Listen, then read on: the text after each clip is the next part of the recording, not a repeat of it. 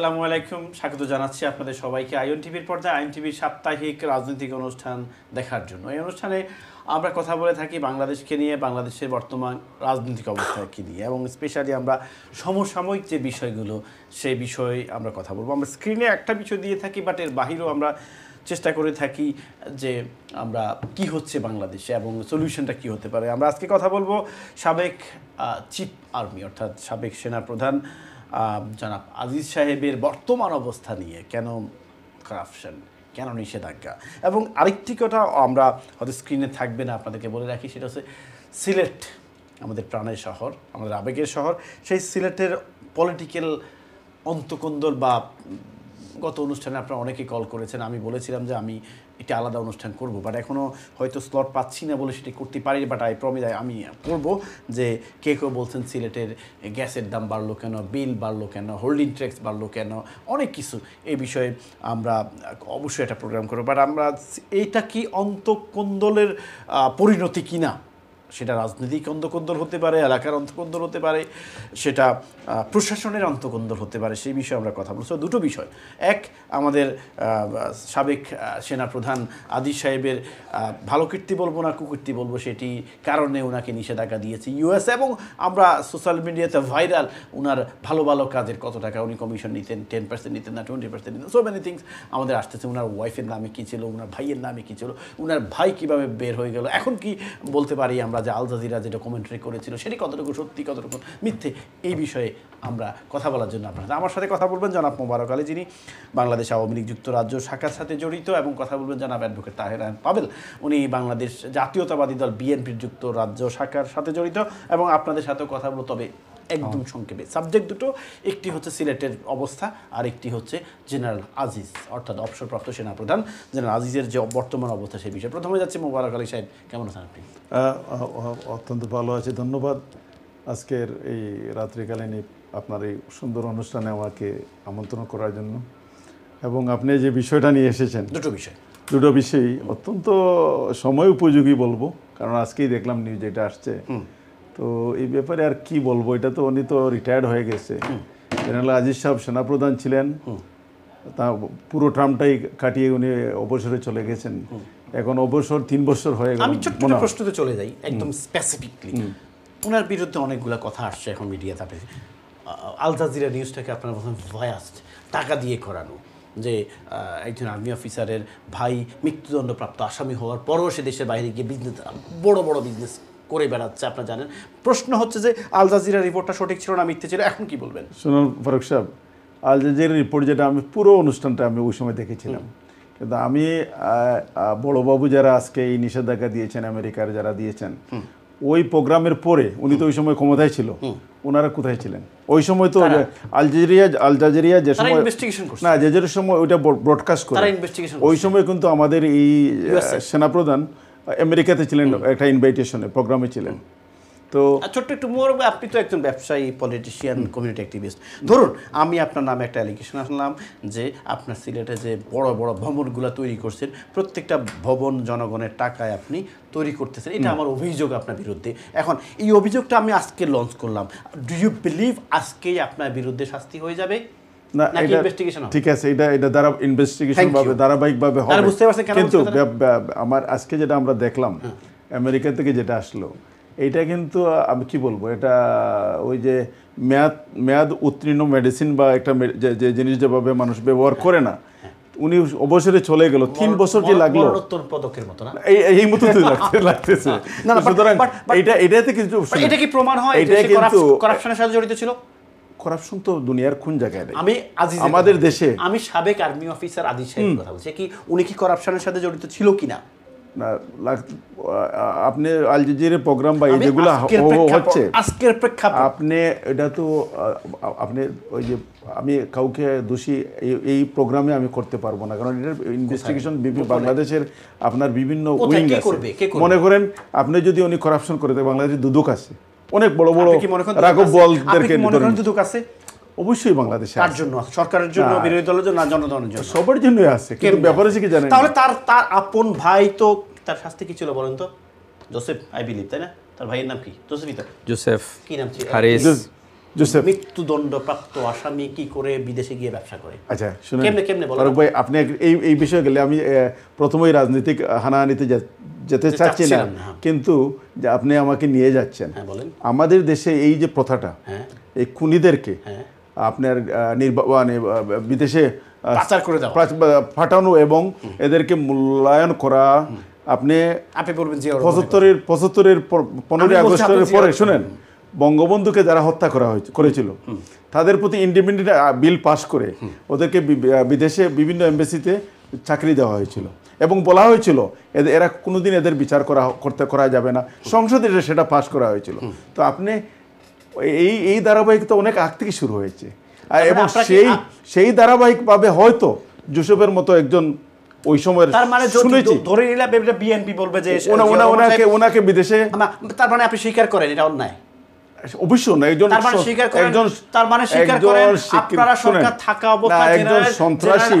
সন্ত্রাসী যেই হোক না কেন, যে দলেরই হোক না কেন, তাকে বাংলাদেশে পানিশ করা উচিত। তার মানে কি জেনারেল আজিজ কিন্তু কিভাবে উনি কোথায় গেল, তার মানে কি জেনারেল আজিজ অপরাধ করছে না? এইটা যদি হয়তো ওনার ইনভলভমেন্ট নয়, কিভাবে উনি গেছে আমি তো পুরো জানি না, কিন্তু আমি যেটা বলবো যে এই যে ধারাবাহিকতা আমাদের দেশে শুরু হয়েছিল 75-এর পর থেকে এটা শুরু হয়েছিল। আপনি জাস্ট একটা কথা বলেন, আপনি একটা বঙ্গবন্ধু সহ, ফারুক ভাই, বঙ্গবন্ধু সহ 10 বছরের রাসেল সহ সবাইকে হত্যা করা হলো। সেই সমস্ত খুনিদেরকে তৎকালীন রাষ্ট্রপ্রধান ছিলেন জিয়াউর রহমান সাহেব, উনি বিদেশের, শুনেন না, আপনি বিদেশে বিভিন্ন মিশনে চাকরি দিয়ে ওনাদেরকে পাঠিয়ে দিলেন। প্রেসিডেন্ট কে ছিলেন? এটা ওই 3 মাসের ছিলেন, বাদে তো জিয়াউর রহমান সাহেব পাওয়ার নিয়ে গেলেন এবং এই আইনটা তো জিয়াউর রহমান সাহেবের হাতে হয়েছিল। সুতরাং আমরা শুনেন, জোসেফ বলেন, আপনাদের মুস্তাক জোসেফ বলেন, আর ওই যে ফারুক রহমান বা যারাই বঙ্গবন্ধুর হত্যার সাথে জড়িত ছিল, দোষী থাকতে হবে, এদেরকে আমরা ভালো মানুষ বানানোর চেষ্টা করব, অবশ্যই ডিপলি আলাপ করব। আপনি আল জাজিরার ওই রিপোর্টটাকে ট্রু বলেন না ফলস বলেন? এটা তো ইনভেস্টিগেশনের বিষয়। না, ওরা প্রোগ্রাম, এই দেশে তো বিবিসি অনেক ডকুমেন্টারি নিয়ে আসে, আপনি কি মনে করেন? আমাদের বাংলাদেশে তো অনেক অনুসন্ধানী প্রোগ্রাম নিয়ে আসে, সারা প্রোগ্রামটা। আচ্ছা, আজিজ সাহেবকে যে কারাপ্টেড পিপল হিসেবে আখ্যায়িত করলো, আমি আল জাজিরার একটা কথা আমি আপনাকে কোট করে বলি। আল জাজিরা বলেছে বিদেশ থেকে যে আমাদের আর্মির যে ইমিউশন এবং আর্মস যেগুলো নেওয়া হয়, সেখানে নাকি উনার বাইরে কমিশন খেয়েছে বা পেয়েছে। কত পার্সেন্ট জানেন কিনা? কিন্তু এটা একটা কোনো প্রমাণ তো আমরা কোথাও দেখলাম না, বললেই তো হবে। আল জাজিরা, ফারুক ভাই, আল জাজিরা বললেই যে এটা, এদের বিবিসি অনেক ডকুমেন্টারি প্রোগ্রাম করে না? আপনার কাছে এই যে ইউএসএ যে নিষেধাজ্ঞা আনলো এবং করাপশনের বস্তা করাপশন বের হয়ে আসতেছে, এটা কি আপনি বিশ্বাস করেন? আচ্ছা, আপনারা এজ এক্সাম্পল, আমি এটা অস্বীকার করতেছি না, আল জাজিরা প্রোগ্রামটা অস্বীকার করতেছেন। আপনি এই দেশে দেখেন, আমাদের যে x prime minister Boris Johnson, করোনার সময় উনি পার্টি করছিলেন, ওনার বার্থডে নাকি, এটা ইনভেস্টিগেশন বছর 2 বছর সময় লাগছে, বের হয়ে এসেছে, ওনাকে পদচ্যুত করা হয়েছে। তা আমাদের দেশেও তো এই সমস্ত জিনিস, আল জাজিরা যেটা ডকুমেন্টারি করেছে, এটা তো ইনভেস্টিগেশন করে ওটা তো বের করা উচিত ছিল যে ওটা থেকে সত্য কি মিথ্যা, কিন্তু আজ পর্যন্ত তো বের হয় নাই। কে বের করে? আমি, যারাই ক্ষমতায় থাকে করা উচিত যারাই থাকে, করে নাই, কিন্তু ওটা তো আমরা দেখি না। কারণ ক্যাচ করতে সাপ বের হচ্ছে যদি চলে আসে, দেখি নাই তো। সুতরাং আমাদের শুনে করাপশন ওয়ার্ল্ডের সব জায়গায় হয়, অনেক কারণে এটা প্রতিফলিত হয়, এটার বিচার হয়, অনেক জায়গায় হয় না। তার মানে আপনি কিছুটা হলো আজকের এই সাবজেক্টের পক্ষে? আমি কাউকে নির্দ্বিধায় বলতে পারবো না যে উনি দোষী, এজ লং এটা যদি আপনি ডকুমেন্টারি কিছু বাইরে না আসে। আমি ফাবেল সাহেব, আদিল সাহেবের বিরুদ্ধে যে কথাটা আসছে আজকে, তাকে ইউএসএতে নিষেধাজ্ঞা দেওয়া এবং এর পরে কিন্তু আমাদের বাংলাদেশি মিডিয়াগুলো কিন্তু খুব ভালোভাবে ফলো করে প্রচার করছে এবং অনেক রেজাল্ট নিয়ে আসছে। এই বিষয়ে আপনি কি মনে করেন? উনি কি অপরাধী? কেন তাকে নিষেধাজ্ঞা দেওয়া হলো? তার উপরে কেন রুল জারি করা হলো ইউএসএতে? ধন্যবাদ আপনাকে এবং আপনার মাধ্যমে আইএন টিভির সকল দর্শক শ্রোতা এবং কলাকুশলী সহ যারা দেখছেন সবাইকে আমার সালাম এবং শুভেচ্ছা।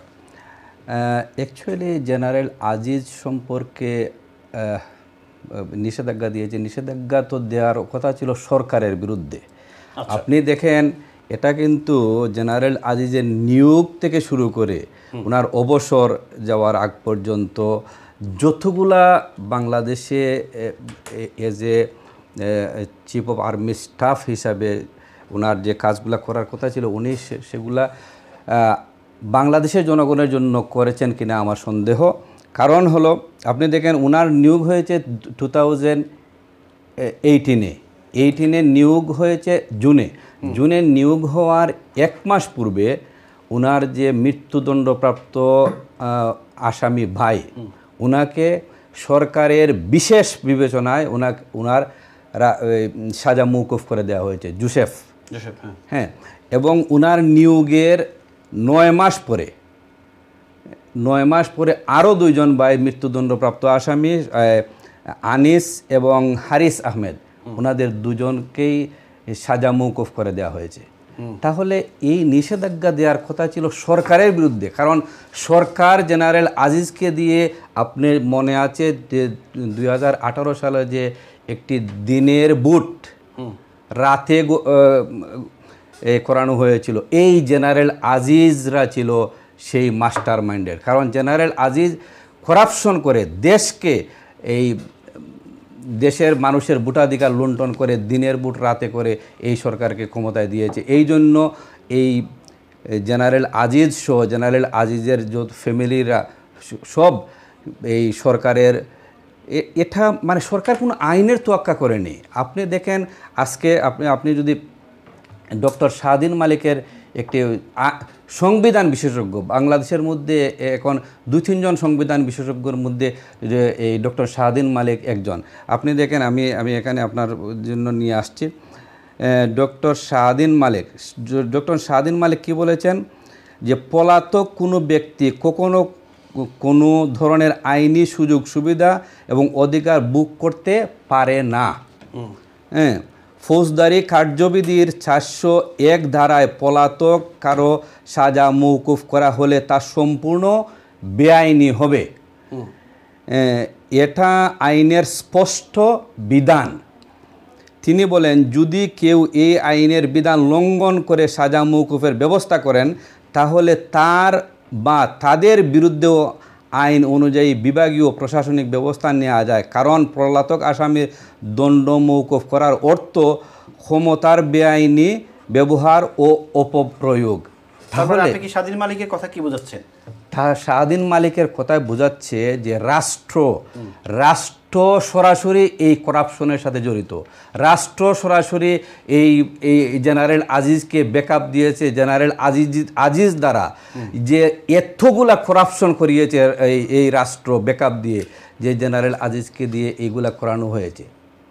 এবং দেখেন আরেকটি কথা, আমি কথার ফাঁকে চলে আসে, এই জেনারেল আজিজ যখন সেনাবাহিনীর প্রধান ছিলেন তখন কিন্তু বাংলাদেশ পুলিশ বাহিনীর প্রধান ছিলেন বেনজির আহমেদ। আপনি দেখেন বেনজিরকে নিয়ে গত কিছুদিন পূর্বে মানে কয় হাজার কোটি টাকার মামলা হয়েছে। একজন পুলিশ অফিসার, পুলিশের প্রধান কত বেতন পান? হয়তো 1 লাখ, 2 লাখ, 5 লাখ টাকা। আপনি কয়েক হাজার কোটি টাকার একটা মামলা হয়েছে। এখন যখন এই ব্যাপারে আমি আবার শেখ হাসিনাকে ধন্যবাদ দিতে চাই। কারণ হলো উনি কোনো যাকে ইউজ করে ফেলেন সেই ইউজ মাল আর উনি এইটাকে আর ব্যাকআপ দেওয়ার কোনো প্রয়োজন মনে করেন না। কারণ জেনারেল আজিজকে দিয়ে যখন অপকর্ম করিয়েছেন তখন উনি তাকে ব্যাকআপ দিয়েছেন রাষ্ট্রীয়ভাবে।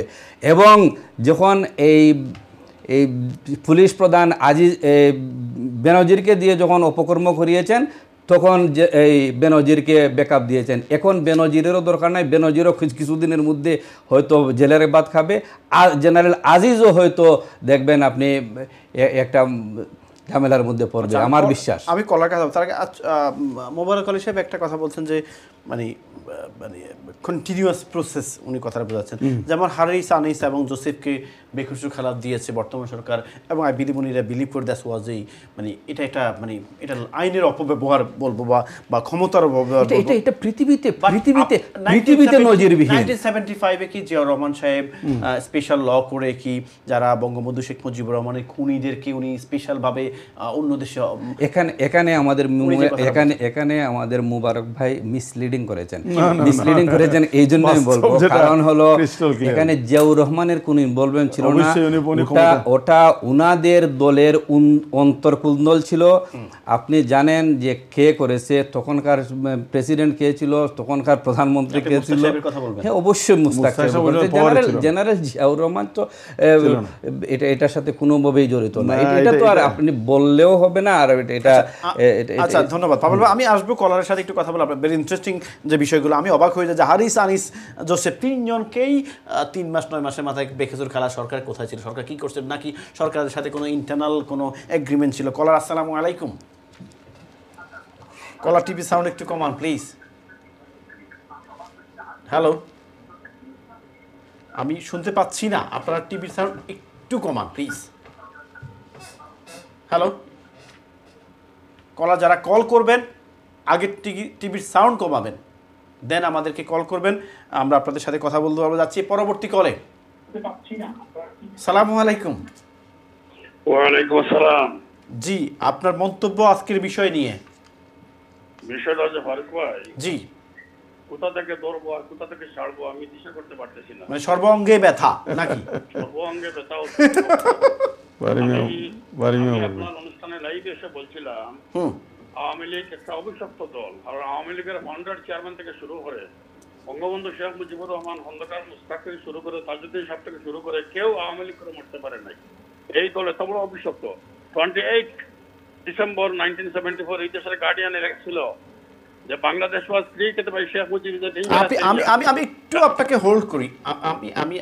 আপনি রিসার্চ করেন, আপনি জানেন অনেক কিছু, কিন্তু আজকের বিষয়ে আমি কথা বলতে চাচ্ছিলাম রিগার্ডিং মানে অ্যাবাউট জেনারেল আজিজ। বিষয়টা হলো জনাব, আজিজের উপরে তো নিষেধাজ্ঞা দেওয়ার কথা নয়। আমরা তো আজিজকে চাই না, কারণ আপনি জানেন আল জাজিরা যে ডকুমেন্টারি প্রকাশ করেছিল সেটাকে এখনো হাসিনা চ্যালেঞ্জ করে নাই। আজকে আমেরিকার উচিত ছিল আজিজকে দিয়ে যা কুকর্ম, যা সন্ত্রাস, যা গণহত্যা করিয়েছে, যেভাবে মানুষের ডেমোক্রেটিক রাইট হরণ করেছে আজিজের মাধ্যমে, আজকে উচিত ছিল সরকারকে নিষেধাজ্ঞা দেওয়া। আজিজ কেন দিবে? আমরা তো আজিজ চাই না। এই অবৈধ, এই সন্ত্রাসী, এই লুটেরা, ব্যাংক ডাকাত, বুট ডাকাত। তাহলে কি আপনারা আজিজের পক্ষে কি দল তৈরি করবেন? মানে সমাবেত স্লোগান দিবেন আজিজের মুক্তি চাই বা আজিজের নিষেধাজ্ঞা প্রত্যাহার করো? সে তো he is a deserving recipient of grievous punishment for the crime he has committed. কিন্তু আমরা চাচ্ছি এই সন্ত্রাসী সরকারকে কেন আমেরিকা কেন স্যাংশন দেয় না? আচ্ছা, আমেরিকা কেন এই সরকারকে দেন? আপনি Aziz is a small materials নাকি? আপনি জানেন ফারুক ভাই, আজিজের বাইরা তারা হচ্ছে মৃত্যুদণ্ড প্রাপ্ত আসামি। এদেরকে হাসিনা মুক্ত করে দিল। আজকে শুধু আজিজের বাই নাই, আপনি দেখেন সম্রাট, লুকমান, মোল্লা কাউসার, মুতাসিরুল ইসলাম মিঠু থেকে শুরু করে যত আওয়ামী সন্ত্রাসী আছে, নিশান হায়দার, শামীম, সবগুলিকে হাসিনা আপনার প্রোটেকশন দিচ্ছে। আজকে ব্যাংকের কেলেঙ্কারিকে প্রোটেকশন দেওয়ার জন্য, তার ডাকাতকে রক্ষা করার জন্য আজকে হাইকোর্ট থেকে রুলিং দিয়েছে যে সাংবাদিকরা ব্যাংকে যেতে পারবে না। মোবারক ভাই যে বললেন যে জিয়াউর রহমান হত্যা করেছে আপনার বঙ্গবন্ধুকে, উনাকে বলেন উনি লেখাপড়া করে কথা বলার জন্য। কারণ ফারুকের ইন্টারভিউ আমি শুনেছি, ফারুক বলেছে অনেক কষ্ট করে খালিদ মুশারফের সাথে দেখা করেছিলাম। উনি বললেন don't be silly, I can not get involve. তারপরে অনেক কষ্টের পরে জিয়াউর রহমান সাহেবের সাথে দেখা করলাম, বললাম স্যার একটা পরিবর্তন আমরা চাই। জিয়াউর রহমান সাহেব আমাদের সাথে কথা বলতে চাইলেন না। উনি তার বেলকনিতে চলে গেলেন, মুখ আপনার অপোজিট মুখ করে বললেন I am the senior officer, I can not think about any change. সুতরাং ওরা যে জিয়াউর রহমান আওয়ামী লীগের নতুন জীবন দিল, আওয়ামী লীগকে খবর দিয়ে দিয়েছিল শেখ মুজিব, জিয়াউর রহমান আওয়ামী লীগের নতুন জীবন দিল, হাসিনার মতো সন্ত্রাসীকে বিদেশ থেকে দেশে নিয়ে এসে প্রতিষ্ঠিত করলো, সেই জিয়াউর রহমান সাহেব হচ্ছেন আওয়ামী লীগের রাজনৈতিক পিতা। আজকে জিয়াউর রহমান সাহেব হচ্ছেন। জি, আপনাকে ধন্যবাদ। আপনি যে খালেদ মোশাররফের কথা বলছেন, মোবারক ভাই নোট করছেন এবং উনি পর্বে বলবেন। পরবর্তী কলার আসসালামু আলাইকুম। সালামু আলাইকুম। হ্যালো, ওয়ালাইকুম। কি খবর ফারুক ভাই, ভালো আছেন? এই তো আলহামদুলিল্লাহ, আপনি কেমন আছেন? আজকে ভাই একটা বিষয় নিয়ে আসলেন আপনি, এইটার তো কোনো মাপকাঠি পাইতেছি না, বুঝছেন? মন খারাপ হয়ে গেছে ভাই? আসলে আমরা তো আশা করছিলাম যে কিছু এন্টারটেইনিং শো হবে আপনার কাছ থেকে। আচ্ছা ঠিক আছে, উনিরা কেউই গান গাইতে মোরা পারে নদী না। নিয়ে আসছেন, এই নদীর তো কি কোনো কোয়েশ্চনই তো আসতেছে না যে কি কোয়েশ্চন করব। আচ্ছা, এখন এখন আমি আসলে আপনি কারণ আমি দুই একটি কথা বলতে চাই। এই যে আজির বেনজির বুঝছেন, আজিজ মার্কা এন্ড বেনজির মার্কা, ওরা তো হচ্ছে ধরেন আপনার চিহ্নিত সন্ত্রাস। হ্যাঁ, যখন আল জাজিরা রিপোর্ট করেছিল ওদের ব্যাপারে, কোনো অ্যাকশন না নিয়ে ওদেরকে কি বলা হয়েছিল, সোনার ছেলেরা। এখন সোনার ছেলেরা ফুটফুটে আপনার ইয়ে হয় কিভাবে? এইটা আওয়ামী লীগের বাইরা আছেন এখানে, উনি তো আসলে কোনো এটার ব্যাখ্যাই দিতে পারবেন না। উনি বলতেছেন তদন্ত হবে। আজ পর্যন্ত কার তদন্ত হয়ে ভাই কি শাস্তি পেয়েছেন? একটা লোকের নাম বলেন তো। ওই যে দেখলাম আপনার সংসদে কয়েকদিন আগে এত চিল্লা ইয়ে হয়েছিল, ওই যে আপনার ব্যাংক ডাকাতি বা পয়সা পাচার হয়ে যাইতেছে। আজ পর্যন্ত কি একটা সুষ্ঠু তদন্ত হয়েছে? সুতরাং এই যে সরকার আপনার সরকারের মাঝে আছে, ওদেরকে কিভাবে আপনি বাইর করে আনবেন ভাই? ওরা তো শুয়ে আছে, ওদের তো আপনার কোনো কিছুই মানে I don't have any knowledge about. জি, আপনার কথা বুঝতে পারছি, আপনাকে ধন্যবাদ। আপনি একটু নোট করবেন, সোনার ছেলেরা আপনারা বলছিলেন যখন আপনার আল জাজিরা রিপোর্টের পরে রিগার্ডিং চিপ আর্মি, এবং আমরা সেই সোনার ছেলেরা এখন কেমনে সোনাটা নষ্ট হয়ে গেল, অর্থাৎ ব্রোঞ্জ হয় নাই। আমি আসছি আপনার কাছে, আমরা কথা বলবো পরবর্তী কলে যাচ্ছি, আপনি একটু নোট করবেন শুধু। কলে আসসালামু আলাইকুম। ওয়ালাইকুম সালাম ওয়া রাহমাতুল্লাহি ওয়া বারাকাতুহু। জি জি, কেমন আছেন ফারুক ভাই? আলহামদুলিল্লাহ, আলহামদুলিল্লাহ। আপনি কেমন আছেন? আলহামদুলিল্লাহ, আল্লাহ রাখছে। শেখ তাহির বলছিলাম। আমি তাহির ভাই চিনতে পারছি। আসসালামু আলাইকুম তাহির ভাই। ওয়ালাইকুম সালাম ওয়া রাহমাতুল্লাহ। তাহির ভাই, আজকের এই যে আজিজ সাহেব মানে সোনার ছেলে, সেই সোনার ছেলে রূপা হয়ে গেল কেন? এটা আবিদ সাহেবের নিজস্ব মন্তব্য। এটা সম্বন্ধে আমি মন্তব্য করতে চাই না, কারণ উনি যেটা বুঝেন এইটাই বলছেন। আমি যেটা বিশ্লেষণ করব আমার বুদ্ধি আমার জ্ঞান দিয়ে করব, উনাকে দেখেন না। এই তো মানিক ভাই প্রত্যেকদিন নিয়ে আসে, কই থেকে নিয়ে আসে, কিছু খসড়া নিয়ে আসে। আমরা এটা জানিও না, বুঝিও না, কি বলে না বলে উনি বুঝে, আমরা বুঝি না। এই সম্বন্ধে আমি কথা বলতে চাই না, কারণ অনেক মানুষে অনেক রকম পাগলামি করে করুক। বাট জেনারেল আজিজ সম্পর্কে আপনার মন্তব্য? জেনারেল আজিজ সম্বন্ধে আমেরিকা জেনারেল আজিজকে আমেরিকাতে ঢোকা নিষেধ করেছে। এইটা জেনারেল আজিজের ব্যক্তিগত ব্যাপার। আমাদের কি এইটা হলো আজিজ জেনারেল। আমি তাহির ভাই, আমি ছোট্ট একটা প্রশ্ন করি। আমি একটু শেষ করি ফারুক ভাই। এই জেনারেল আজিজের নিজস্ব ব্যাপার। তাছাড়া বিএনপি তারেক জিয়াকেও স্যাংশন দিয়েছিল, ভিসা আমেরিকায় ঢোকা নিষেধ দিয়েছিল 2007 সালে। এটা প্রমাণ আমি আপনাকে দিয়েছি। আমার কাছে রিটেন প্রমাণ আছে। আমেরিকা স্টেট ডিপার্টমেন্ট এবং জাস্টিস ডিপার্টমেন্ট বিএনপি কে একটা টেররিস্ট অর্গানাইজেশন বলে আটকা দিয়েছে 2007 সালে, 10 সালে, 14 সালে। এটা কোথায় পেয়েছেন?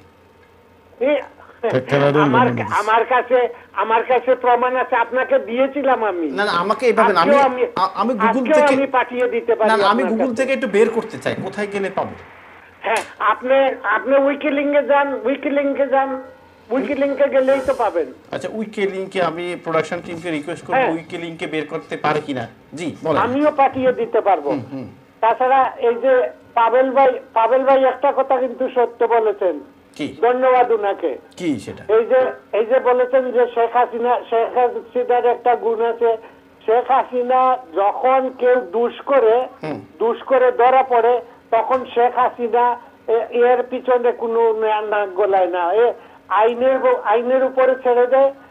আর আইন জুডিশিয়ারি হলো একটা ইন্ডিপেন্ডেন্ট ইনস্টিটিউশন। আচ্ছা, ছোট্ট একটা, তার অনেকক্ষণ বলতে একটা প্রশ্ন এবার আপনাকে বলি। আপনি খুব সুন্দর একটা লাস্টে কথা বলছেন, মাননীয় প্রধানমন্ত্রী মানে আইনের ঊর্ধ্বে হয়ে কোনো কথা বলেন না, বা কেউ কেউ আইনে প্রবলেমে পড়লে আপনি উনি সাপোর্ট দেন না। ওই যে সম্রাট কি একটা নাম আছে না, ক্যাসিনো সম্রাট নাম, টাকার পাহাড়ের মধ্যে থাকে, উনি তো ক্যাসিনো সম্রাট, সবাই থুতু মারছে, এমন কোনো ব্যক্তি নাকি থুতু মারে না ওনাকে, যে বাংলাদেশটাকে একটা মানে একটা অরাজকতার দেশে নিয়ে গেছে।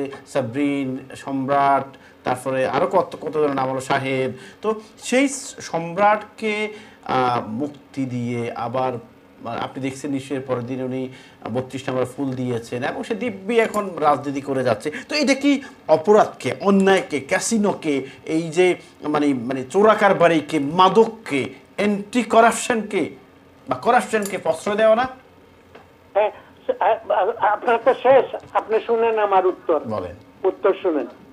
এই যে সম্রাট বলেন, সাহেব বলেন, আপনি যার কথাই বলেন, আইনের নিজস্ব গতিতে চলে, আইনের নিজস্ব গতিতে আইন চলে। আপনি আসামি ধরবেন, পুলিশ আসামি ধরবে, আর জাজের কাজ হইলো আসামিকে বেল দিবে। তো আজকে যদি আগেই যখন বিচার হয়ে যাবে তখন সে যদি দণ্ডিত হয় তাহলে জেলে। আপনি তো এটা হচ্ছে আপনার মুখের কথা, কথার কথা, যে বিচার না। ফারুক ভাই শুনেন, আপনি কাস্টডিতে আপনি কয়েক বছর রেখে দিতে পারেন না, পুলিশের অধিকার নেই। আপনি একজন হিউম্যান রাইটস, তো এই তো আমেরিকা হলো হিউম্যান রাইটস এর ফেরিওয়ালা, গণতন্ত্রের ফেরিওয়ালা, কিন্তু তার নিজের দেশে গণতন্ত্র নাই, হিউম্যান রাইটস নাই। আচ্ছা, আরেকটা কথা তাহের ভাই, ঠিক আছে, এটা পাবেল ভাই এক্সপ্লেইন করবেন। পাবেল ভাইকে একটা প্রশ্ন করতে চাই। করেন। হ্যাঁ, পাবেল ভাই বলতেছেন যে জিয়াউর রহমান এইরকম না, মানিক ভাইও বলছেন জিয়াউর রহমান এইরকম না। আরে কর্নেল জামিল যখন গেল বা জিয়াউর রহমান সাহেবের বাসায়, তখন তিনি সেভ করতেছিলেন, গিয়ে উনি বেরিয়ে আসছে বাথরুম থেকে। তবে ওনারা বললো যে sir, the president has been killed. সাথে সাথে জিয়াউর রহমান সাহেব বললেন, so what, the vice president is alive. এটা কি তাহের ভাই কি মুভির দৃশ্যটা বলছেন নাকি? হ্যাঁ, এটা কি আপনি মুভির দৃশ্যটা বলছেন? এটা মুভিতে ছিল মনে, তাই না? এই দৃশ্যটা মুভি না। কেন সেই বের কথা বললেন, বের হয়ে আসছে? মুভি তো এই দিনে ওই 2-3 বছর আগে হইছে। মানে সেই টাইমের কথা আপনি জানেন কিভাবে? আমরা তো 75 থেকে এই ঘটনাটা জানি। কর্নেল জামিল তো কয়েকবার এই স্টেটমেন্টটা দিয়েছেন। জি, আপনাকে ধন্যবাদ তাহের ভাই। পাবেল ভাই আপনার প্রশ্ন শুনছেন এবং উনি অ্যানসার দেবেন। আপনাকে ধন্যবাদ। যাচ্ছি পরবর্তী কলে। আসসালামু আলাইকুম। আসসালামু আলাইকুম। হ্যালো, আসসালামু আলাইকুম। হ্যালো, আসসালামু আলাইকুম। ওয়ালাইকুম আসসালাম। শুনতে পাচ্ছেন আমাকে? আপনি শুনতে পাচ্ছেন? জি, আমি সামান্য শুনতে পাচ্ছি। জি, আপনার মন্তব্য আজকের বিষয় নিয়ে। আমি প্রথম আলোতে পড়েছি ওই যে, আর এই হাসির উত্থান ছবি তো হাসিনা। সরি, আপনার কথাটা ব্রেক ডাউন হচ্ছে। আপনি একটু টিভির সামনে থেকে টিভি ফলো না করে আমাকে কথা বলুন এবার। এই যে আজিজ বলে আর বেনজির বলে, উত্থান কে করছে? হাসিনা করছে। সুতরাং তার জন্য সম্মানিত কলার, আমি আপনার কথাটা খুব ব্রেকডাউন হচ্ছে, আপনি আবার ট্রাই করুন কেটে, কারণ আপনি মনে হয় টিভিকে ফলো করেন অথবা টিভির সামনে। আপনাকে ধন্যবাদ। আপনারা যারা কল করবেন টিভির সাউন্ডটা একটু কমাবেন। আপনার কথা কিছুটা বুঝছি আমি, তারপরেও আপনি আবার ট্রাই করেন, যদি লাইন পান তাহলে আমরা শুনবো যে বেনজির এবং আজিজ সম্পর্কে বলতে যাচ্ছেন। পরবর্তী কল। আসসালামু আলাইকুম। হ্যালো, আসসালামু আলাইকুম ফারুক ভাই। ওয়ালাইকুম আসসালাম। মাননীয় যে সেনাবাহিনীর প্রধান আজিজের সম্বন্ধে যে নিষেধাজ্ঞা দিয়েছে আমেরিকায়, এতে বাংলাদেশের কিছু আশা যায় আসে না। কেননা বাংলাদেশের সেনাবাহিনী, বাংলাদেশের আর্মি এই পৃথিবীর টেবিলও number 1। 2005 article of military, act of military 2005, 27 জানুয়ারি। আমি আপনাকে একটা প্রশ্ন করি। প্রশ্নটা হচ্ছে যে, এই যে আপনি বলছেন general Aziz not is a person, সে একটা ব্যক্তি না, সে হচ্ছে একটা institute. What is the institute name? Institute name is Bangladesh army. তো সেই বাংলাদেশ আর্মির ফর্মার চিফ আর্মি মানে মেইন কান্ডারি যদি মানে তাকে যদি ব্যান করে দেওয়া হয় ইউএসএতে ঢুকতে, বা করাপশনের কারণে হোক, হিউম্যান রাইটস ভায়োলেশনের কারণে হোক, অথবা অন্য কোনো কারণে হোক, তাহলে পুরো ইনস্টিটিউটটা কি বিতর্কিত হয় নাই? আমি বলি এই যে নিউক্লিয়ার ওয়ারহেড যে আমার বাংলাদেশের উপর এটা রাশিয়া বানান না, আর রাশিয়ার লগে আমাদের আমেরিকার যুদ্ধ হলো না, এই যুদ্ধ কি আপনাকে ধন্যবাদ, আপনাকে ধন্যবাদ। আমার প্রশ্নটা আপনি বুঝেন নাই। আমি বলছি যে আজিজ বিতর্কিত হয় নাই, জেনারেল আজিজ বিতর্কিত হয় নাই, দ্য ইনস্টিটিউট বিতর্কিত হয়েছে, এবং the institute name is Bangladesh army, যাকে আমরা এখনো ধারণ করি, প্রাউড ফিল করি। বাংলাদেশে একটি বাহিনী আছে, বাংলাদেশ আর্মি, বাংলাদেশের রক্ষা করার জন্য, বাংলাদেশে সব কিছুর জন্য। কিন্তু সেটা যদি বিতর্কিত হয়ে যায়, আমরা কোথায় যাব? পরবর্তী কলার। আসসালামু আলাইকুম। আসসালামু আলাইকুম ফারুক ভাই। ওয়ালাইকুম আসসালাম। কেমন আছেন ফারুক ভাই? আলহামদুলিল্লাহ। ধন্যবাদ আপনাকে এবং আপনার প্যানেলকে ধন্যবাদ। জি, প্রথমে আপনাকে ধন্যবাদ, আজকে আপনি এক বর্তমান কারেন্ট ইস্যু এবং বার্নিং ইস্যু নিয়ে আসছেন। জি, আমি আপনাকে একটু স্মরণ করতে বলছি ফারুক ভাই, 2004 সালের 21শে আগস্ট যে এখানে গ্রেনেড হামলা হয়েছিল, এটা বিএনপির ভাই পাবেল ভাই একটু আমার কথাটা গুরুত্ব সহকারে শুনবেন। সেই সময় বাংলাদেশের প্রতিটি গোয়েন্দা সংস্থার প্রধানরা বেগম খালেদা জিয়াকে বলছিল, আপনি কেন খুনিদেরকে দেশের বাইরে পাঠিয়ে দিচ্ছেন মাননীয় প্রধানমন্ত্রী? মাননীয় প্রধানমন্ত্রী তখন বলছিলেন ওইটা আপনার ব্যাপার না। এখন আসেন আজিজ প্রসঙ্গে। আজিজ সাহেব বাংলাদেশ সেনাবাহিনীর প্রধান ছিলেন, উনি 4 বছর ছিলেন ইয়েতে, যেটা চেঞ্জ হয়েছে বিজিবিতে, এবং 3 বছর ছিলেন সেনাবাহিনীর প্রধান, যেটা আগে ইয়ে ছিল বিজিবি, আগে যেটা ছিল কি বিডিআর ছিল, বিডিআর পরে বিজিবি। আপনি বলেন, আপনি প্রথমে একটা কথা বলছেন, আল জাজিরার কথা বলছেন ফারুক ভাই। এই আজকেই দেখলাম জেনারেল আজিজ সাহেব চ্যানেল 24 এর সাথে সাক্ষাৎকার দিচ্ছেন, কিন্তু কারণ পরিষ্কার ভাবে আপনার কথাই উনি বলছেন যে এইটা সেম ধারা হচ্ছে আল জাজিরা যেভাবে বলছিল মুখস্থ বিদ্যা, ঠিক সেইভাবে উনি, আপনি 2-1 জনের নাম বলছেন উনার ভাইয়ের, হ্যাঁ আমরা সবাই জানি উনার ভাই কার, আমি এখানে নাম বলতেছি না, উনিও বলছেন। আমরা জানি আল জাজিরা কি বলছে, Al Jazeera all the prime minister, আপনিও দেখছেন আমিও দেখছি, কারা করছে এখানে বসিয়া। আচ্ছা, আমি আপনি বলছেন, আপনাকে ছোট্ট একটা প্রশ্ন করে আমি ওনাদের কাছে যাব। প্রশ্নটা হচ্ছে যে, আচ্ছা উনি বুঝলাম উনি হচ্ছেন একদম ভালো মানুষ, একদম ফেরেশতা মানুষ, বাট হারিস আনিস জোসেফ ওরা কি মানে কোনো মসজিদের সাথে বা মন্দিরের সাথে কোথাও জড়িত? অর্থাৎ এত ভালো মানুষ যে তাদেরকে ফাঁসি দেওয়া হয়েছে, ফাঁসির রায় দেওয়া হয়েছে, মৃত্যুদণ্ড দেওয়া হয়েছে, এই অনেক সব অরাজকতাগুলো ওনাদের এগেনস্টে ছিল। হারিস আনিস জোসেফ যাদেরকে বেকসুর খালাস দেওয়া হয়েছে, তো তারা কি ছিল? তাদের ডেফিনিশন, মানে তাদেরকে মানুষ হিসেবে আপনি কিভাবে আখ্যায়িত করবেন? 3 জন ভাই। আপনি দেখেন আজিজ সাহেব রিটায়ারমেন্ট করার কিন্তু 3 বছর পার হয়ে গেছে। বর্তমানে তিনি বাংলাদেশ সেনাবাহিনীর কোনো সদস্য না। আপনাকে বলতেছি ফারুক ভাই, আমাকে একটু বলতে দিতে হবে প্লিজ। আমি আসতেছি আপনার প্রসঙ্গে যাওয়ার আগে প্রথমে একটা বলতে চাচ্ছি, যেটা যুক্তরাষ্ট্র যেটা আজকে দিছে ওইটা কিন্তু আপনার প্রমাণিত নয়, পারসেপশন। আপনাকে একটা কথা বলি, আপনাকে, সেটা হচ্ছে পদ্মা সেতুর কথা কি মনে আছে ফারুক ভাই? আজকে আমার পাবেল ভাই চমৎকার ভাবে ডক্টর স্বাধীন মালিক সাহেবের কিছু মুখস্থ বিদ্যা উনি আইনের বলে দিলেন। ওই স্বাধীন মালিক সাহেবরাই কিন্তু বলেছিলেন পদ্মা সেতু এই সরকার শেষ করে ফেলছে, দুর্নীতিবাদ। অত্যন্ত দুঃখের বিষয়, আমাদের সেই মন্ত্রী আজকে আমাদের মাধ্যমে আবুল হোসেন সাহেবের কথা বলতেছে, অত্যন্ত লজ্জার ব্যাপার আমাদের, উনি জেলে যেতে হয়েছিল। ওইটা যদি নিরপেক্ষভাবে বাংলাদেশ কোর্টে হইতো তাইলে ওনারা বলতেন ওইটা সরকারের ইন্টারফেয়ার করছে। কানাডিয়ান গভর্নমেন্ট এখানে নিরপেক্ষ একটা দেশে ওইটা কমপ্লিট হয়েছে এবং ওরা বলছে পদ্মা সেতুতে বিন্দু মাত্র দুর্নীতি হয় নাই। আপনি বলেন ওই খুশি লোকরা কি এখন কথা বলতেছে পদ্মা সেতু? ঠিক আছে, আমি পাবল সাহেবের প্রশ্ন উনি অ্যান্সার দিবে। এই 4 জন, এই হারিস আনিস এবং জোসেফ, ওনারা মানুষ কেমন ভাই? ওনারা হারিস এবং জোসেফদের ট্র্যাক রেকর্ড খুবই খারাপ, নিঃসন্দেহে আপনার সাথে আমি। তাহলে ওনারা কিভাবে বেকসুর খালাস পেল? না, বেকসুর খালাস আপনি বলেন একটা আইনের ধারা অনুযায়ী ওনারা দেশের বাইরে গেছে। আইনের কোন ধারায় বলা হয়েছে যে চিফ আর্মির ভাই মৃত্যুদণ্ড আসামি? আমি বলতেছি ফারুক ভাই, আমি জানি ওইটা ঘটনা, কিন্তু তার মানে কি সরকার ফাইলটা মাননীয় প্রধানমন্ত্রীর কাছ থেকে নিশ্চয়ই নলেজে আছে। গণপ্রজাতন্ত্রী বাংলাদেশ সরকারের রাষ্ট্রপতি কিন্তু ওনাকে ক্ষমা দিয়েছে, ওইটা আপনাকে মনে রাখতে হবে, একটা আইনের ফাঁক আছে কিন্তু। না আচ্ছা, ধন্যবাদ আপনাকে, ধন্যবাদ কলার, আপনারা লাইনেই থাকুন। আমি একটু পাবেল সাহেব, অনেকগুলো কোয়েশ্চেনও আপনার জন্য আসছে, তার আগে আমি একটা জিনিস যে বারবার কথা আসছে, আমরা সিলেটের বিষয়ে যাব একটু পরে, যে আইনের ধারায় এই আমি খুব সারপ্রাইজড হয়ে গেলাম, 4 ভাই তারা না, চিফ আর্মিরা ওনারা 4 ভাই না,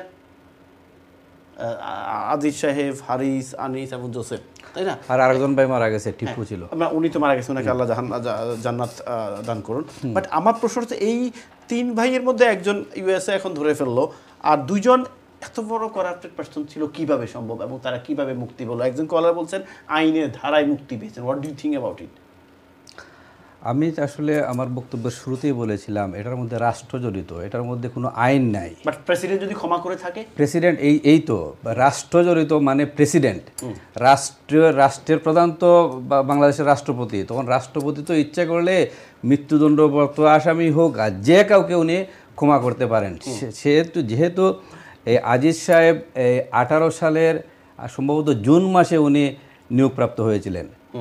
জুন মাসের আগে এই এপ্রিল মে মাসে কিন্তু জোসেফকে বেকসুর খালাস দেওয়া হয়, এবং তারপরে আবার ওনার 2 ভাইকে খালাস দেওয়া হয়। তাহলে রাষ্ট্র জড়িত এখানে। আজিজকে, জেনারেল আজিজ এখন তো উনি ছিলেন আমাদের একটি সুনামধন্য একটি বাহিনীর প্রধান ছিলেন। সেই একটা বাহিনীকে এখন বাংলাদেশে কোনো ইনস্টিটিউশন তো এখন আর রইল না। কারণ হইল কি, আপনি দেখেন এই কিছুদিন আগে এই র্যাবকে দিল, র্যাবকে নিষেধাজ্ঞার আওতায় নিয়ে আসলো।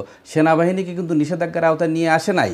এখন এই general Aziz, chief of army staff, তাকে নিষেধাজ্ঞা নিয়ে আসলো। আসলে বাংলাদেশের একজন নাগরিক হিসাবে আমাদের সবারই লজ্জা পাওয়া উচিত। এখানে কে আওয়ামী লীগ করলো, কে বিএনপি করলো, কে অন্য দল করলো, এটা বড় কথা নয়। যে একজন মানুষ হিসাবে আমি মনে করি সবার এটাকে কন্ডেম করা উচিত। জেনারেল আজিজ সহ রাষ্ট্র যেভাবে এই একটি বাহিনীকে নষ্ট করার সাথে জড়িত ছিল। আচ্ছা, এটা আপনার ধন্যবাদ। আমি আসছি আপনার কাছে, আমি যাচ্ছি মোবারক আলী সাহেব। অনেকগুলো প্রশ্নের মধ্যে আপনার কাছে কি মনে হয় যে আপনি দিবেন? অবশ্যই আমরা কথা বলবো এই বিষয়ে। অনেকগুলো প্রশ্ন আপনার কাছেও আসছে, বাট আমার প্রশ্ন হচ্ছে যে mister Aziz is not a person. আমি যেটা একজন কলারকে উনি অ্যাভয়েড করে গেছেন, আমার অ্যান্সারটা দেন নাই, যে আজিজ কিন্তু একজন ব্যক্তি না, আজিজ হচ্ছে একটা institute. The institute name is Bangladesh army. তাহলে বাংলাদেশ আর্মির সাবেক প্রধান আজকে কলঙ্কিত, বিতর্কিত, উনার হারিস আনিস 3 ভাইকে বেকসুর খালাস দেয়, তাহলে কি আর্মি বিতর্কিত হয় নাই? আপনি যেটা বলতে চাচ্ছেন দর্শক শ্রোতারা বুঝবেন, আমি একটু বলি। আমি আপনার কথা প্রসঙ্গে একটু পিছনে যেতে হয়। বলেন। এই বাংলাদেশ সেনাবাহিনী আমাদের একটা ঐতিহ্যবাহী রাষ্ট্র এবং দেশের স্বাধীন সার্বভৌমত্ব রক্ষার একটা বাহিনী, বিশেষ বাহিনী। আমরা ওদের প্রতি শ্রদ্ধা রেখে কথা বলতেছি। এবং আজকে রাত্রে আমরা বাংলাদেশ সেনাবাহিনীর একজন এক্স অফিসার সম্বন্ধে যে কথা বলতেছি, এবং যারা মরহুম হয়ে গেছেন, সাবেক জেনারেল যারা ছিলেন, ওনাদের প্রতি শ্রদ্ধা রেখে আমরা বলতেছি, ওনারা যা করে গেছেন সেটাও কিন্তু গ্রহণযোগ্য ছিল না। আমি একটু আপনাকে বলি, এই সেনাবাহিনীর যে পোস্টটা কে কলুষিত করা শুরু করেছিল, এই ইনস্টিটিউটারে কে নষ্ট করেছিল, না আমি একটু বলতে হবে। আপনি দেখেন, জেনারেল এমএজি উসমানী সাহেব 71-এর যুদ্ধের সর্বাধিনায়ক ছিলেন। অবশ্যই আমি স্বীকার করব, আমি বলি এদিকে যাচ্ছি না। আচ্ছা, উনি জীবিত থাকাকালীন কোনোদিন কোনো একটা স্পোর্ট ওনার পিছনে আসে নাই, উনি চলে গেলেন। এরপরে আসলেন কি, জিয়াউর রহমান সাহেব মেজর জেনারেল সেনাবাহিনীর প্রধান ছিলেন।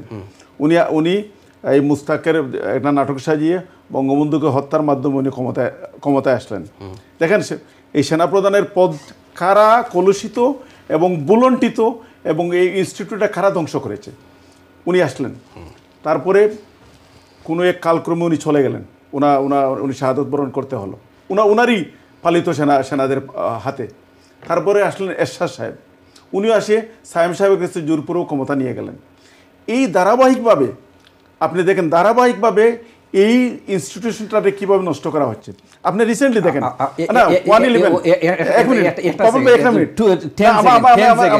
আপনি কিন্তু মানে উনারা আপনি বলছেন জেনারেল আজিজ কিন্তু আসার আগেই এই ঘটনাটা করছে। আমি বলি জেনারেল আজিজ আসবে জুনে, কিন্তু মে মাস থেকে ঘটনা ঘটেছে। আপনি বলতে চাই এরপরে শুনেন জেনারেলদের অবস্থাটা শুনেন। আমি তাদের প্রতি শ্রদ্ধা রেখে বলতেছি, আপনাদের সাবেক প্রধানমন্ত্রী বেগম খালেদা জিয়া, উনার অ্যাপয়েন্টেড মইনু আহমদ সেনাপ্রধান হয়ে আসলেন।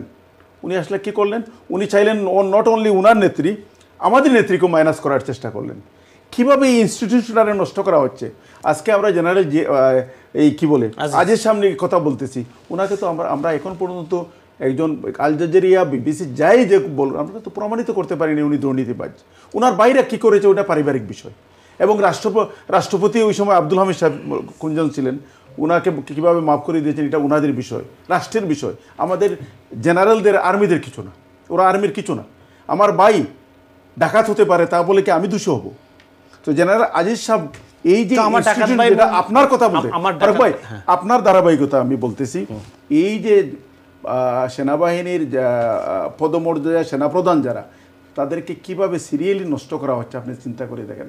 আমরা ওনাদের সম্বন্ধে আমরা অনেক কিছু এই লাইভে আসা বলা আমাদের সমুচীন হবে না। যারা আমাদের রাষ্ট্রর একজন অতন্ত্র প্রহরী হিসাবে ওনার কাজ করতেছেন, ওনার প্রতি শ্রদ্ধা রেখে, ওনাদের প্রতি শ্রদ্ধা রেখে সব ইভেন আর্মির সব যারাই ইনভলভ আছেন তাদের প্রতি শ্রদ্ধা রেখে আমরা আজকের এই আলোচনায় আমরা এইটুকু বলতে পারি যে এই ইনস্টিটিউশনটা একদিনে নষ্ট হয় নাই, ধারাবাহিকভাবে নষ্ট হয়ে চলছে। আজকে দেখেন আমেরিকার কি যায় বা আসে, 3 বছর পরে উনি রিটায়ার হয়ে গেছে, অবসরে চলে গেছে, একজন সাধারণ পাবলিক। উনি কিছু না, রাষ্ট্রের কিছু না। উনাকে এখন এটা দিয়ে এই যে বিএনপির যারা সাহেবরা নীরবে আছেন এখন, ওনাদের মুখে যে কি বলে বাফা পিঠাটা ওনারা দিয়ে আমেরিকা দিয়ে দিল, এটা কোনো কাজ আসবে না। আজকে সেটা আপনাদের মহাসচিব ফখরুল ইসলাম সাহেব বলেই ফেলেছেন, আমাদের কিছু আসবে না, আমরা রাস্তায় নামতে হবে। আচ্ছা দেখেন ওনাদের আন্দোলনটা, আমি সেদিকে যেতে চাচ্ছি না। আজকে দেখেন বিএনপির মতো বড় একটা দল আজকে কোন পর্যায়ে চলে গেছে। আপনি দেখেন ওনাদের কিন্তু কোনো সাহস নাই রাজপথে দাঁড়িয়ে একটা আন্দোলন করার মতো। এখন রিক্সাওয়ালা, অটো সিএনজিওয়ালা ও ব্যাটারি চালিত গাড়ির এই যে ড্রাইভাররা যে আন্দোলন করে, ওইটাতে গিয়ে ওরা পিছনে আঙ্গুল দেয়। দেখেন তাদের রাজনৈতিক অবস্থা কোথায় চলে গেছে। কিন্তু আজিজ শুনেন, আজিজ সাহেব সম্বন্ধে যেটা আমার কাছে হাস্যকর, আমেরিকা কিন্তু নট অনলি বাংলাদেশ, আফ্রিকার অনেক দেশে এই সমস্ত নিষেধাজ্ঞা দিয়ে আসতেছে। এই নিষেধাজ্ঞা, আচ্ছা শুনেন আজিজ সাহেবের একটা বক্তব্য আমি শুনেছি আজকে। উনি বলেছেন যে আমি একজন রিটায়ার্ড মানুষ, আমার তো এমন প্রয়োজন নাই যে 26 ঘন্টা প্লেনে বসে আমি আমেরিকা আমার যাওয়া লাগবে। ওনারা কি দিল না দিল এটা আমার কোনো বিষয় না। এই ধরনের একটা মন্তব্য আমি শুনেছি। কিন্তু আমরা আশা করব আজিজ সাহেব বা জিয়া সাহেবকে বলেন না কেন, জিয়াউর রহমান সাহেব চলে গেছেন, এরশাদ সাহেব চলে গেছেন, যারা ধারাবাহিকভাবে আমাদের এই ঐতিহ্যবাহী আমাদের বাংলাদেশ সেনাবাহিনীকে কলুষিত করেছেন, তাদের প্রতি আমি ধিক্কার জানাই। এবং আমি আশা করব আগামীতে যারা বা বর্তমানে যারা সেনাপ্রধান হিসাবে আছেন, স্বচ্ছতার মাধ্যমে বাংলাদেশের একজন অতন্ত্র প্রহরী হিসাবে কাজ করবেন। এই সমস্ত বদনাম বাংলাদেশের জন্য নিয়ে আসবেন না, সেটা আমার প্রত্যাশা। আমি ওনার কাছে যাওয়ার আগে আপনার কথা সঙ্গে একটা কথা, আপনি কি মনে আছে নাকি যে যখন আওয়ামী লীগের প্রতি মানে বর্তমান সরকারের কয়েকজনের প্রতি নিষেধাজ্ঞা জারি করছে আওয়ামী লীগ ইউএসএ, তখন মাননীয় প্রধানমন্ত্রী বলেছিলেন যে 20 ঘন্টা দরকার নাই, 20 ঘন্টা অ্যাপ্লাই করে আমেরিকা যাও, না গেলে কি হবে, তাই না? সেম ডায়লগটা এখন আজিজ সাহেবও দিল না যে দরকারটা কি, 26 ঘন্টা অ্যাপ্লাই করে আমেরিকা যাবো, কোনো দরকার নাই। তারা দুটোর মধ্যে একটা আন্ডারস্ট্যান্ডিং পাচ্ছেন না? না শুনেন, ঠিক কিনা এটা শুনেন, ঠিক কিনা? রাজনীতিবিদ একটা দেশের প্রধানমন্ত্রী বা যেই হোক না কেন, এইভাবে বলিষ্ঠ ভূমিকা নেওয়া যারা নিতে পারবে তাদের কি প্রধানমন্ত্রী বলা উচিত? ঠিক কিনা? দেখেন আমেরিকা মনে করে ওনারা বুমবুড়ল হয়ে গেছে, নেতৃত্ব ঠিকই বলেছিলেন। আপনারা বিএনপির বাইরা শুনেন, বিএনপির বাইরা ভাবছিলেন যে আমেরিকা কি করবে, ওনাদেরকে আইনা ক্ষমতায় বসাইয়ে দিবে, কিন্তু ওই চ্যাপ্টারটা বন্ধ হয়ে গেছে। এটা কি ঠিক কিনা? আজিজ সাহেব এবং মাননীয় প্রধানমন্ত্রীর ডায়লগ দুটো এক হয়ে গেল না অনেকটা? আপনি একটু আগে বললেন ইনস্টিটিউশন, আমিও বললাম সেই কথা, তাহলে তো সমান হয়ে গেল। এটাই বলতেই পারে না, আমি কে প্রধানমন্ত্রী বলছে কথার কথা এটা কারণ হচ্ছে আমি চুরি করলাম, আমাকে চোর বললাম, আমি বললাম আপনি চোর বলেন আর যাই বলেন আমার তাতে কি। শুনেন এরকম কি না, আমার পাবেল ভাই তো একটা পাবেল ভাই তো একটা দলের পক্ষে কথা বলবেন এবং ওনার অনুসারীরা অনেক মানে কঠোর ভাষায় কথা বলেছেন। আর প্রত্যেক দলেরই কিছু অনুসারী না, কিছু আপনি শুনেন শিক্ষিত জ্ঞানী পাপিষ্ট বলা হয়, ওনারা থাকেন। ওই যে মানিক সাহেব যে কথা বলেছেন, আমি ওইটাকে আমি পছন্দ করলাম না। লাইভে এসে অত্যন্ত সুন্দর ব্যাপারে যে কিছু শুনেন, মানিক সাহেব একজন বিজ্ঞ মানুষ, বলতেই পারেন উনি হয়তো চর্চা করেন, আমরা একটু কম করি। তো ব্যাপার হইলো কি, উনি যে ভাষায় বলেছেন, উনি বলেছেন আমি একটু শিক্ষিত, লেখাপড়া করতে হবে রাজনীতি। ছাত্রলীগ থেকে এখন পর্যন্ত রাজনীতি করে আসলাম, হয়তো আমরা এমপি টেমপি হতে পারি নাই, কিন্তু উনারা তো জ্ঞানী পাপিষ্ট বলা, যেটা বলা, উনারা কি হলেন? কিছু তো হতে পারলেন না। শুধু বিরোধিতার খাতিরে বিরোধিতা করলে চলবে না। আপনি শোনেন, বাংলাদেশ আমাদের 30 লক্ষ শহীদান, 2 লক্ষ মা বোনের ইজ্জতের বিনিময়ে আমরা যে দেশটুকু পেয়েছি, এবং এই দেশটুকু রক্ষার দায়িত্বে কিন্তু বাংলাদেশ সেনাবাহিনী। আপনি আমি পিছন থেকে কাজ করতে পারবো। 71-তে শোনেন, আমরা এই লন্ডন থেকে আমাদের পূর্বপুরুষ যারা ছিলেন হাজার হাজার পাউন্ড দিয়েছেন, সাপোর্ট দিয়েছেন, এইটুকু আমরা করতে পারবো, কিন্তু তাহলে আমরা স্বীকার তো করতে পারবো না। তখন সেনাবাহিনী একটা হাই লেভেলের একটা সংস্থা। এই সংস্থাকে একজন ব্যক্তি বিশেষ এসে আজিজ বলেন বা জিয়াউর রহমান সাহেব বলেন বা এরশাদ সাহেব বলেন, এরা নষ্ট করবেন, সেটা হতে পারে না। আপনি নিয়ম আওয়ামী লীগের প্রেসিডেন্ট না? জি। এখন নিয়ম আওয়ামী লীগের ধরেন কালকে কাউন্সিল হবে, কাউন্সিলে বলা হয় যে ভোট চুরি করছে, ঠিক আছে নি, এবং ভোট চুরিতে তাহলে দায় আসবে প্রেসিডেন্টের কাঁধে না, আপনার কাঁধে? অবশ্যই। তাহলে আদিল সাহেব তো চিফ আর্মি ছিলেন, এবং কিসের চিফ আর্মি? উনি কিন্তু জনকল্যাণ সমিতির চিফ ছিলেন না, উনি কিন্তু কারণ বাজার কাঁচামরিচ সমিতির চিফ ছিলেন না। আমি শেষ করি, উনি ছিলেন আর্মির চিফ, এবং আর্মির চিফ থাকা অবস্থায় ওনার গুণধর ভাই হারিস, আনিস এবং জোসেফকে বেকসুর খালাস দিয়েছে কে? আপনি বলছেন মাননীয় মহামান্য রাষ্ট্রপতি।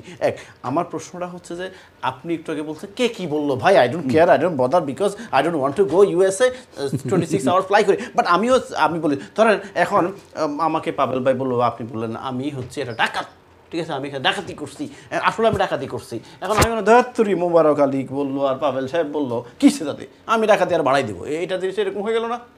আচ্ছা, এরকম নাকি বলেন? শুনেন, আজকে যে আমেরিকা যে নিষেধাজ্ঞা যেটা দিয়েছে, একটা নোট, একটা প্রমাণ কিছু দিয়ে আজকে যদি এটা করতে, সেম আরেকটা প্রশ্ন করি আপনাকে, এটা তো খুব আল জাজিরা যে একটা রিপোর্ট করছে, আপনি জানেন এদেশের টিভির একটা অথরিটি আছে, আপনি বলে ফেললেন উনি দুর্নীতি করেছে। এক মিনিট তাহলে কি এটা প্রমাণিত হয়ে গেল? আপনি তো একজন বিজ্ঞ পলিটিশিয়ান, আপনি একটা জোনের প্রেসিডেন্ট, আমাকে একটা বলেন তো যে টেলিভিশন চ্যানেল আল জাজিরা কি এই YouTube channel? No. Facebook channel? No. Al Jazeera একটা ইন্টারন্যাশনাল টেলিভিশন চ্যানেল, তাই না? তো আল জাজিরার বিরুদ্ধে কি আপনারা একটা কমপ্লেন লঞ্চ করছেন যে আমাদের আদিল সাহেব হচ্ছেন আমাদের বাইতুল মোকাররম মসজিদের ক্ষতি হওয়ার চেষ্টা করছিলেন, হতে পারেন নাই, উনি এত বেশি নামাজ পড়েন, তাহাজ্জুদ সব কিছু করেন, আপনারা কেন তার বিরুদ্ধে রিপোর্ট করছেন? কমপ্লেন লঞ্চ করলাম, ইনভেস্টিগেশন করুন, না হলে আমরা রিপোর্ট করব। করছেন কিনা যে আল জাজিরা যে এই রিপোর্টটা ভুয়া রিপোর্ট করছে, আমি ধরে নিলাম this is a false report, but আপনারা, আপনার দল, কেউ কি, ইভেন আদিল সাহেবও একটা মানে কমপ্লেন করছে কিনা বলেন, প্রোটেস্ট করছে না? শুনেন, করছে কিনা আমাকে বলেন, ইয়েস অর নো বলেন শুধু। ওটা তো ইন্টারন্যাশনাল বিষয়, এটা তো উনি বলছে, তো এটা ইনভেস্টিগেশন প্রমাণিত করো। করে নাই, সরকার করছে নাকি? বললে আজকে তো উনি বলছে আল জাজিরার কথাটা আজকে নিয়ে আসছে, আল জাজিরা রিপোর্টের সাথে সরকারকে পুরোপুরি ইনভলভ করে ফেলছে না? উনি আজকে ওনার যে মন্তব্যটা আমি শুনেছি, না আমি বলি ফারুক ভাই, উনি বলেছে যে আল জাজিরা যে সময় প্রোগ্রামটা ব্রডকাস্ট করে ওই সময় উনি আমেরিকার দাওয়াতে আমেরিকাতে ছিল। আচ্ছা। এবং আমেরিকার ওই যে ফরেন মিনিস্ট্রি এবং তাদের প্রতিরক্ষা মন্ত্রণালয়ের বিভিন্ন প্রোটোকলের সাথে ওনার ইয়ে হয়েছে, মিটিং হয়েছে।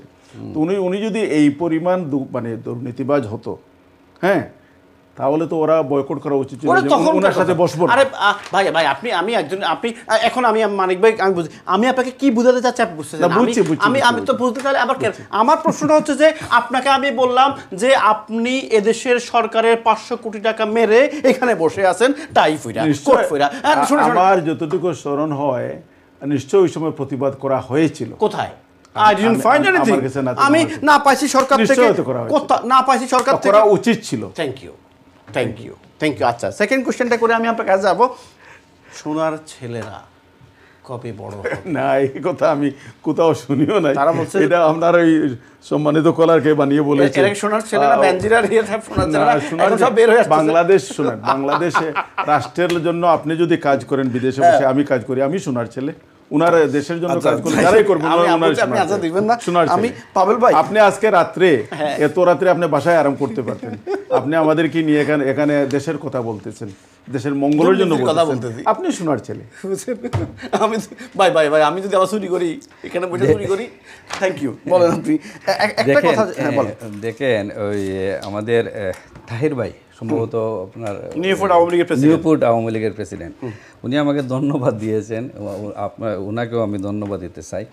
আসলে আমি কিন্তু বলছিলাম, এটা কিন্তু আমি গত ধরেন আপনার 15-16 বছর যদি আমি আওয়ামী লীগের প্রধানকে যদি একটু অ্যানালাইসিস করি, ওই যে আপনার আল জাজিরা যে ডকুমেন্ট বানিয়েছিল যে all the prime ministers man, এটা কিন্তু যখন বানিয়েছিল তখন জেনারেল আজিজ সেনাবাহিনীর প্রধান ছিলেন। তখন কিন্তু এই তখনকার প্রাইম মিনিস্টার কিন্তু টু শব্দ করেননি। তখন কিন্তু উনি জেনারেল আজিজের পক্ষে খুবই সাফাই গেছেন। এখানে আমার মুবারক ভাই আজিজকে ডিফেন্ড করতেছেন। আমার বিশ্বাস আগামীকালকে দেখবেন আপনার প্রাইম মিনিস্টার সহ মন্ত্রী পরিষদেরা আজিজকে ডাস্টবিনে ফেলে দেবে। এটা হলো আমার বিশ্বাস। হ্যাঁ, কারণ হলো মাফিয়াদের কাজ হলো যাকে দিয়ে অপকর্ম করায় তাকে হয় মেরে ফেলে, না হয় জেলে ভরে ফেলে। আপনি যদি মাফিয়ার ফিল্মগুলো দেখেন, হ্যাঁ, তখন আপনি দেখবেন মাফিয়ারা যখন অপকর্ম করায়, জেনারেল আজিজকে দিয়ে তখনকার যে 2018 দিনের বুট রাতে কোরানোর পরে সেনাবাহিনীর প্রধান, আমি তখন বাংলাদেশে ছিলাম, সেনাবাহিনীর প্রধান হয়ে কীভাবে এত বড় একটা মিথ্যা কথা সব এই টেলিভিশনের সামনে হাজার হাজার মিডিয়ার সামনে বলে দিলেন যে কি এবার এত সুন্দর বুট হয়েছে, আমার জীবনেও এত সুন্দর বুট আমি দেখিনি। পাবেল ভাই, হ্যাঁ, এই যে অপকর্ম, আপনাদের হানার হানা বুটের সময় তো এটা হানা বুট ছিল, হানা বুট দেই হয়েছিল। আপনারা তো চলে যাবেন, আপনারা তো মানে এখনের কোনো কথা বলতে পারবেন না, তো আপনারা চলে যাবেন আপনার 50 বছর পূর্বে। বর্তমান কোনো কথা আপনাদের নাই। বর্তমান সব অপকর্ম, বাংলাদেশের এমন কোনো সেক্টর নাই যে সেক্টর নিয়ে আপনি কথা বলা যায়। সব সেক্টরকে আপনি বিচার বিভাগ বলেন, আপনার এক কলার বলছেন যে পুলিশ ধরে আনবে, বিচারপতিরা বিচার করবে। ভাই, আপনার কথা তো এই দেশে বসে ঠিক আছে, এই দেশে যদি বলেন গণতান্ত্রিক দেশে আপনার পুলিশ ধরে আনবে, বিচারপতিরা বিচার করবে, তখন এই যা সাজা হয় দিবে। কিন্তু বাংলাদেশের বেলাটা তো হচ্ছে না। আপনি দেখেন জেনারেল আজিজকে যখন নিয়োগ দেওয়ার 1 মাস পূর্বে ওনার যাবজ্জীবন কারাদণ্ডপ্রাপ্ত ভাইকে, মৃত্যুদণ্ডপ্রাপ্ত ভাইকে বেকসুর খালাস দেওয়া হলো। আরেক ভাইকে নিয়োগ দেওয়ার 6 মাস পরে খালাস দেওয়া হলো। বা তারপর আর কি বলেন, বাংলাদেশে কোথায় আইন আছে? বাংলাদেশে কোথাও কোনো আইন নেই। ধন্যবাদ পাবেল ভাই, ধন্যবাদ। কলা যারা লাইনে বসে আছেন, আমি আপনাদের সাথে ডেফিনেটলি কথা বলবো। আমাদের দ্বিতীয় সাবজেক্ট হচ্ছে আমরা সিলেট নিয়ে কথা বলবো। আমাদের প্রাণের শহর সিলেট, আমাদের আবেগের শহর সিলেট।